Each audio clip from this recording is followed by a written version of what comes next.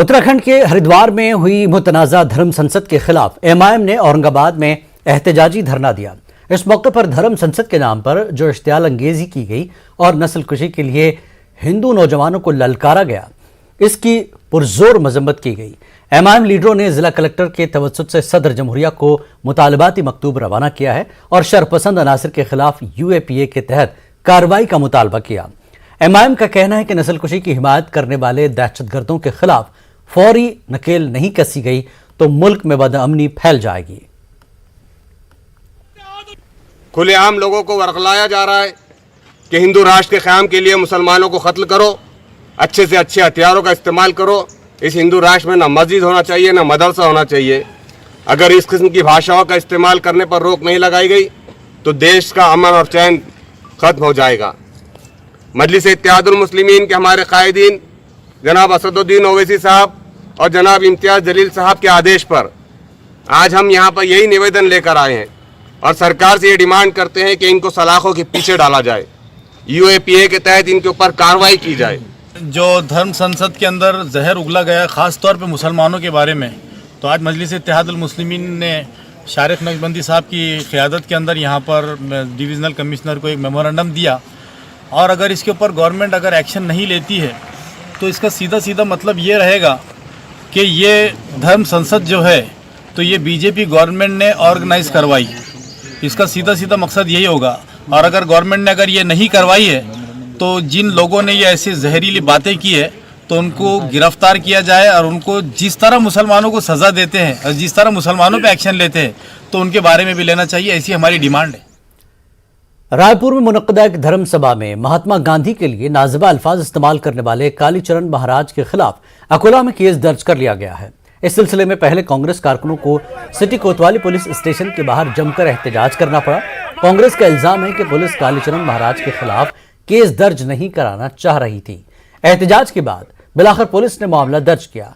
वाज़िह है कि कालीचरण महाराज का ताल्लुक अकोला से है। पाखंडी महाराज जो अपने आप को गांधी महाराज कहलाते हैं, उन्होंने महात्मा गांधी के खिलाफ में महात्मा गांधी को लेकर बड़े अशब्द बके। इसके निषेध के अंदर हम अकोला शहर कांग्रेस कमेटी और जिला कांग्रेस कमेटी के नेतृत्व के अंदर पुलिस स्टेशन में उनके खिलाफ में यह एफआईआर दर्ज करने के लिए आए, लेकिन पुलिस प्रशासन असमर्थ है उनके खिलाफ में एफआईआर लेने के लिए। तो हम आपके चैनल के माध्यम से पुलिस को निवेदन करते हैं कि हम महात्मा गांधी के अनुयायी हैं, हम कोई विरोध नहीं करेंगे। हम महात्मा गांधी के आदर्शों पर चलकर हम जब तक यहाँ बैठे रहेंगे जब तक वो गुनाह नोंद नहीं होगी। आज महाराष्ट्र असेंबली के सरमाई इजलास का आखिरी दिन था। समाजवादी पार्टी के रुकन असेंबली अबू आसिम आजमी ने ऐवान में कहा कि कोविड और लॉकडाउन की वजह से लोगों की माशी हालत निहायत ही खराब हो चुकी है। ऐसे में मुंबई उज़्मा म्यूनसिपल कॉरपोरेशन को चाहिए कि वो शहरियों का 1 साल का प्रॉपर्टी टैक्स और वाटर टैक्स माफ कर दे। अबू आसिम ने गार्डन्स और स्कूलों की तामीर के लिए फंड फराहम करने का भी मुतालबा किया।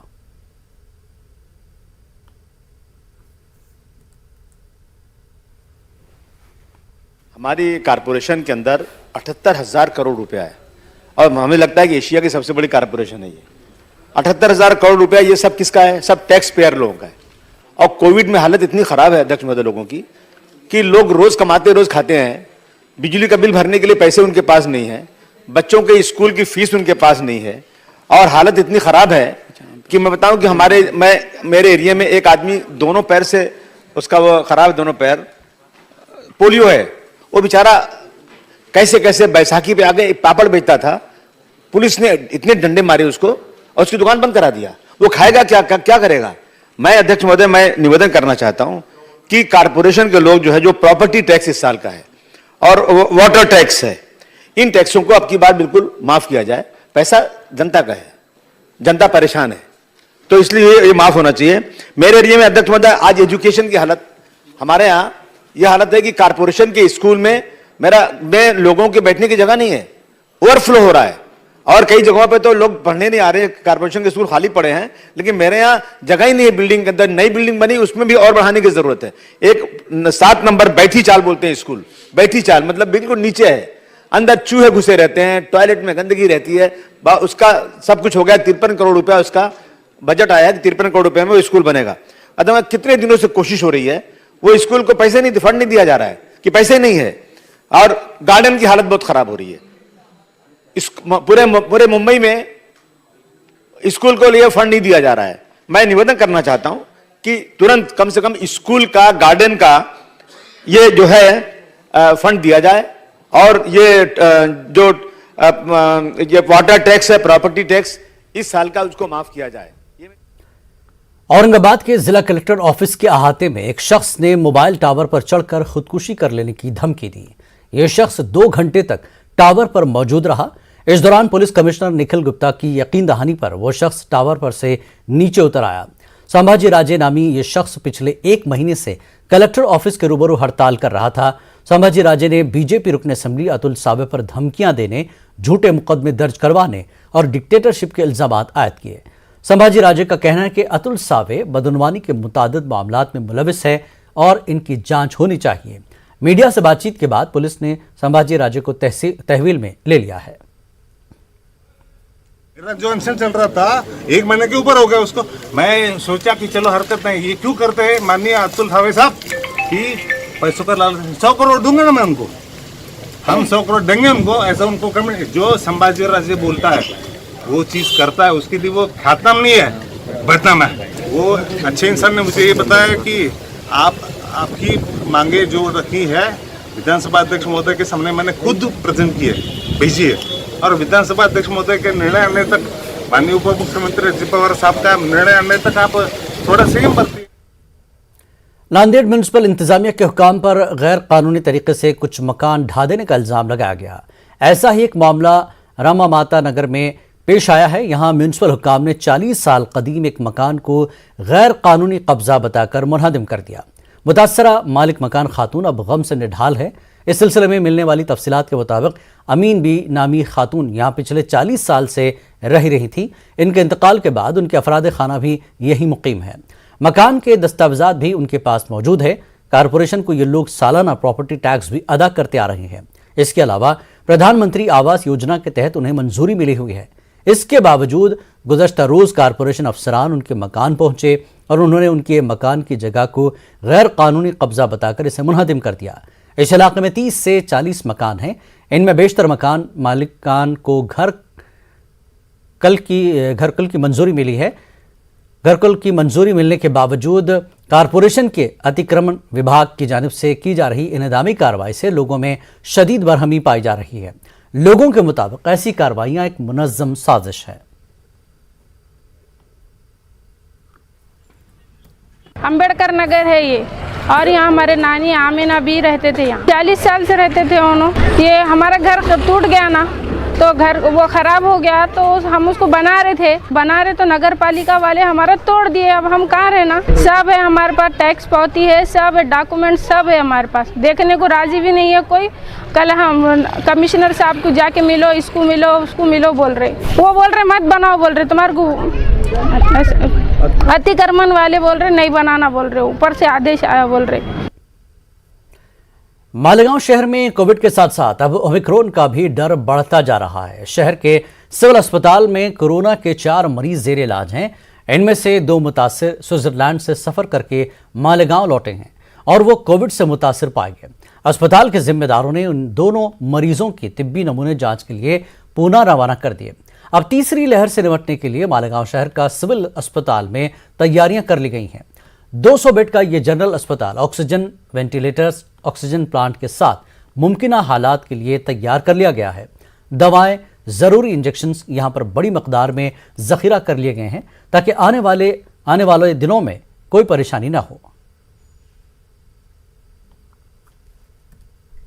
सामान्य रुग्णालय मालेगांव में फिलहाल अपनी जो 200 बेड की तैयारी यह पूरी हो चुकी है और उसके लिए जो मेडिसिन ऑक्सीजन है उसकी कोई भी दिक्कत आएगी नहीं, इसकी पूरी खबरदारी हमारे आरोग्य डिपार्टमेंट ने ली हुई है। फिलहाल अपने पास जो है वो कोविड के 4 रुग्ण एडमिट है, उसमें से 2 जो पेशेंट है वो जो अपना स्विट्ज़रलैंड है यानी परदेश से आए हुए हैं, वो मालेगांव में आने के बाद उनको जो टेस्टिंग किया गया उसमें वो पॉजिटिव आए। जो मालेगांव के अपने प्राइवेट फिजिशियन है उन्होंने हमसे फिर उनके बारे में बताया, तो हम लोगों ने उनको इंस्टीट्यूशनल क्वारंटाइन किया है और उनके जो सैंपल है वो जीनोम सीक्वेंसिंग के लिए NIV पुणे भेजा है, उसका अभी तक रिपोर्ट आया नहीं है।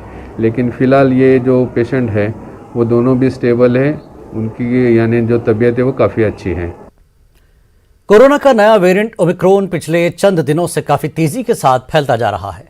महाराष्ट्र में भी इसके असरात महसूस किए जा रहे हैं। जिला नांदेड़ में हिमायतनगर के रहने वाले 2 अफराद चंद रोज पहले अफ्रीका से लौटे थे। इनकी कोविड जांच किए जाने पर दोनों की रिपोर्ट मुस्बत आई। दोनों नए वेरिएंट ओमिक्रॉन से मुतासर पाए गए। दोनों मुतासरीन को हिमायतनगर के मकामी सरकारी अस्पताल में बनाए गए एक स्पेशल वार्ड में रखा गया और इनके राब्ते में आने वाले सभी अफराद की भी कोरोना जांच की गई।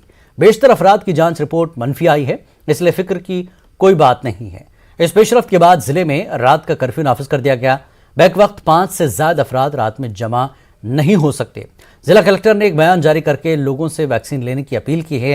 नांदेड़ में अब तक 80% अफराद ने वैक्सीन ले ली है, जबकि 20% अफराद अभी बचे हुए हैं।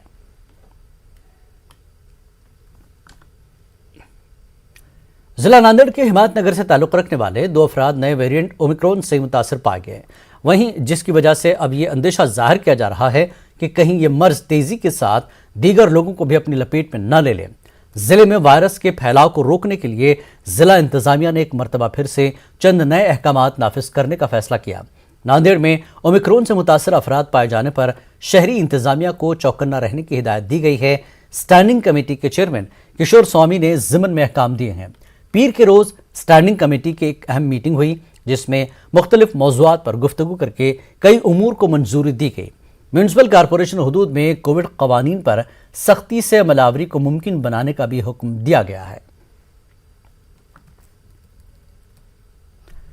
अमरावती के अचलपुर में मयारी तालीम व तरबियत कॉन्फ्रेंस का इनकाद अमल में लाया गया। कॉन्फ्रेंस में जामिया मिल्लत इस्लामिया यूनिवर्सिटी के प्रोफेसर अब्दुल क़य्यूम अंसारी और IPS अफसर गौहर हसन के अलावा कई माहिरीन तालीम ने शिरकत की। माहिरीन ने मयारी तालीम व तरबियत से मुताल्लिक़ रहनुमाई की। इसके अलावा अक़लियतों में मयार तालीम से मुताल्लिक़ शऊर बेदारी पैदा करने पर जोर दिया गया। IPS अफसर गौहर हसन ने तलबा व तालिबात को मुसाबक़ती इम्तिहानात से मुताल्लिक़ मुफीद जानकारी दी। प्रोफेसर अब्दुल क़य्यूम अंसारी ने मयारी तालीम को तरक्की याफ्ता दौर की अहम ज़रूरत करार दिया।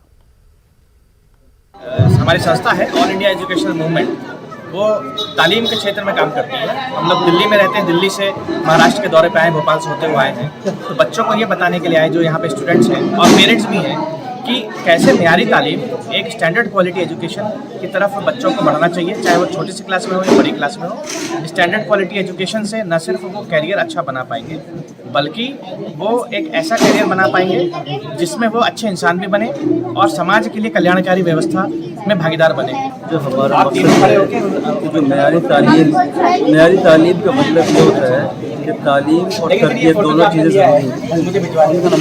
क्योंकि जो तालीम तो सभी लोग हासिल करते हैं, लेकिन क्या है कि सिर्फ तालीम हासिल करना ज़रूरी नहीं है, तालीम के साथ साथ तरबियत हो जाए। इसी उन्वान पर जो आज कॉन्फ्रेंस था, इस कॉन्फ्रेंस में माशाल्लाह बहुत कुछ सीखने को मिला और हम लोगों ने भी अपनी बात को शेयर की और यहाँ के जो लोग थे उनसे भी। अकोला के मुस्लिम उर्दू स्कूल में एक साइंसी नुमाइश मुनक्किद की गई। इस नुमाइश में स्कूली तलबा ने मुख्तलिफ नुमाया प्रोजेक्ट पेश किए। अकोला के उर्दू मुस्लिम स्कूल में मुनक्किदा साइंसी नुमाइश में आलमी शोहरत याफ्ता नौजवान साइंसदान जवाद पटेल ने शिरकत की। नौजवान साइंसदान ने नुमाइश की खूब तारीफ की।